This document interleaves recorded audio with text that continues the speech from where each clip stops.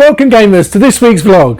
We've only 24 days left in the Ultimate Trophy Hunters Challenge now. Time is an extremely precious commodity, so without further ado, let's get straight into it this week with what games I've been playing and platinums I've been earning. So this week was 2 platinums, so let's take a look at what they are. My first platinum this week is for God of War Ragnarok. This iconic gaming franchise from Santa Monica Studios really needs no introduction to any modern day gamer thanks to the successful reboot of the franchise in 2018 by evolving the story from the Greek mythology origins over to Norse mythology and introducing Kratos to a whole new generation of gamers. Although God of War Ragnarok has been out now for just over 3 years, I'm going to keep this spoiler free as the game is so heavily story driven that I would not want to take away experiencing that from anybody who hasn't played it so far. The God of War franchise is one of my all-time favourite gaming franchises, and having now finally gotten around to playing this latest instalment, my fondness for it has now increased even more. The game takes place 3 years after the events at the end of the 2018 God of War game, which resulted in the onset of Fimbulwinter and the impending arrival of Ragnarok, which in Norse mythology is a foretold series of events, including a great battle in which many of the great Nordic gods would perish and would entail a catastrophic series of natural disasters, bringing about the end of the world as they know it. At the start of the story, after Kratos and his son Atreus are visited by Thor and Odin, our protagonists set off across the 9 realms in an effort to discover if there is any way of preventing Ragnarok. The gameplay is similar to the 2018 God of War game, and this time you start with your trusty Leviathan Thax and Blades of Chaos. And as the story progresses, you're also going to add a new magical Draupnir spear to your armoury as well. However, this time you also take control of and perform some of the missions as Atreus too. Having now earned the platinum in every independent instalment of the franchise, and all but one of the available platinums in the gaming series that includes console stacks, with just the Ragnarok on PS4 now remaining for me to complete the whole game series, I'm very excited to see where the series will go in the future. Hopefully the rumours of a 2D side-scrolling instalment will come to fruition, and I would welcome the original God of War trilogy from the PS2 and PS3 eras to get the current gen remasters that I really think would they benefit from. And that would be a really good way to bridge the gap until the next major instalment, which personally I hope will see Kratos venture into the Egyptian mythology and take on the pantheon of Egyptian gods. If by any chance you've never played any of the God of War games, then you really should do yourself a favour and give the franchise a chance, as you're going to be in for a real treat.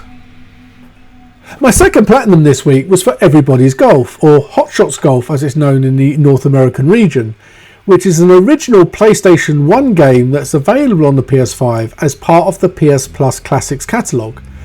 Now, I never actually played this game back on the original PlayStation, although I do really enjoy golf games, having grown up with such classics like the Leaderboard series on the Commodore 64. But there's not really much to say about the game on the basis that you're just really playing golf, and for the platinum you pretty much just need to play a round of golf and beat each of the 8 different characters to be able to unlock them with a trophy tied to each of them.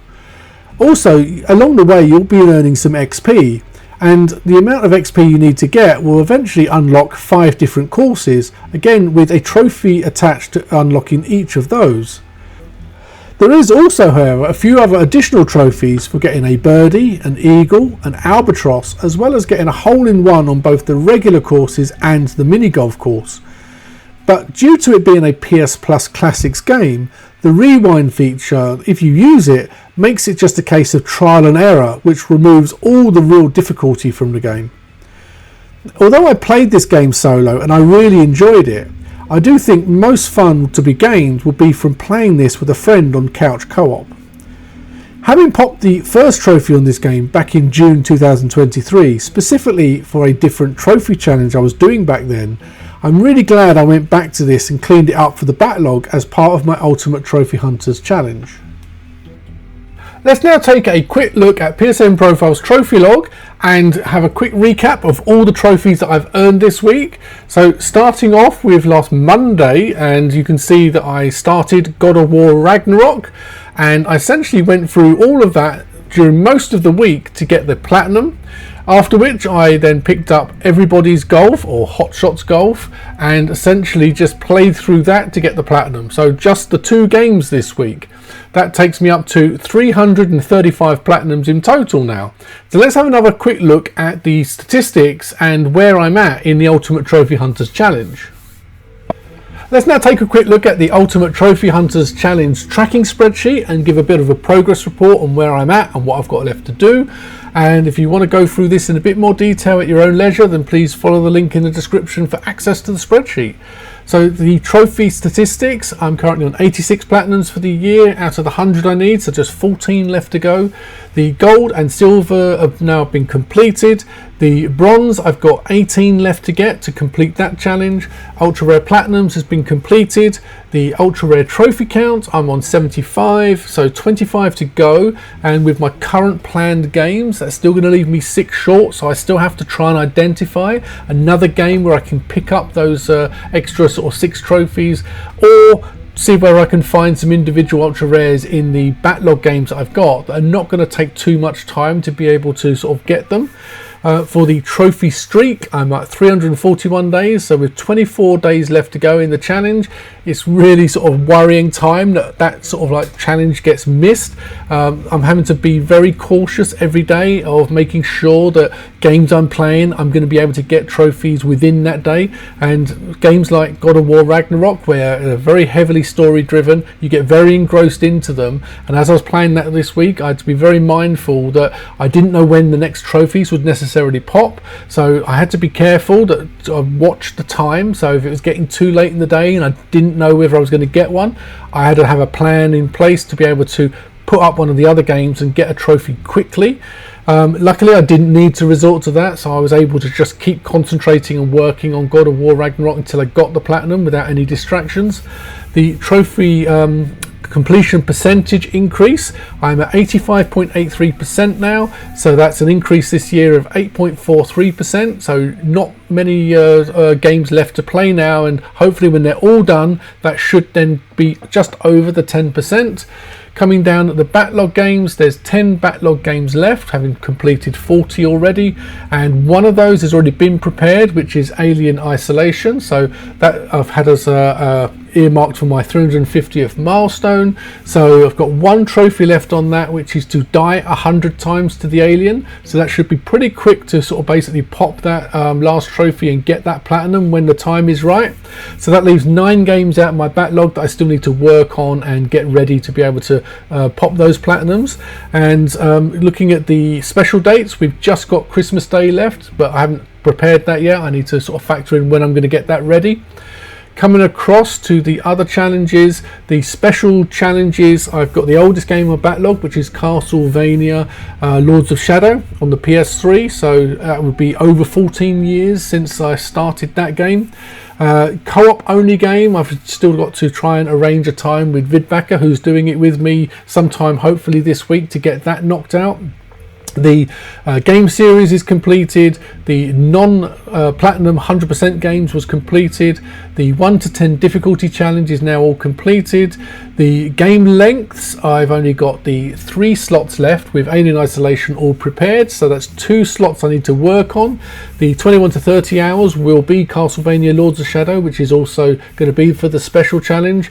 And I need to start working on Graveyard Keeper, which is the one I've earmarked for the 61 to 70 hours. So that's the longest game I've got left in the challenge, and it's going to take a considerable amount of effort and time to try and get that done alongside working on along the other games. So I'll be trying to start that very soon. Then looking at the console Grand Slam, just 3 left now after completing the Hot Shots Everybody's Golf this week. That ticked off the PS1, and that means I've got the 2 PSVRs, the original and the PSVR 2, and also the PS Move dedicated game. Then looking at the alphabet. So for the platinum name alphabet, the J, K, R, Y and Z are still outstanding, and coming across to the game name alphabet, the K, N and the number are still outstanding. For the genre and theme list, it's just the two, which is the non-fiction and the real-time strategy. Looking at my plan, again, it's not set in stone. Some of these may get swapped out, and in fact I have actually swapped one out this week already, which was I decided to replace Dead Space Extraction with Sorcery, which is another PS3 move game, mainly because it will save me a bit of time, hopefully, but also the fact that I've been considering some of the ones I've earmarked and whether I want to maybe do some future content around those. So something like Dead Space, one of my favourite franchises, might do a dedicated video about that, and having Dead Space Extraction still available to play will be a benefit to that. So that was one of the sort of reasons I thought I'd swap that one out. But looking at the 18 games that are left, with Alien Isolation already prepared, the other 17 games are essentially ones that are going to complete all the challenges, but I've still got some options to possibly swap things out, and it's just a matter of finding them if there's any benefit to swapping them out. Obviously I've got those other challenges I need to tick off, so if I swap anything I've got to be mindful that I'm not leaving a challenge not being completed.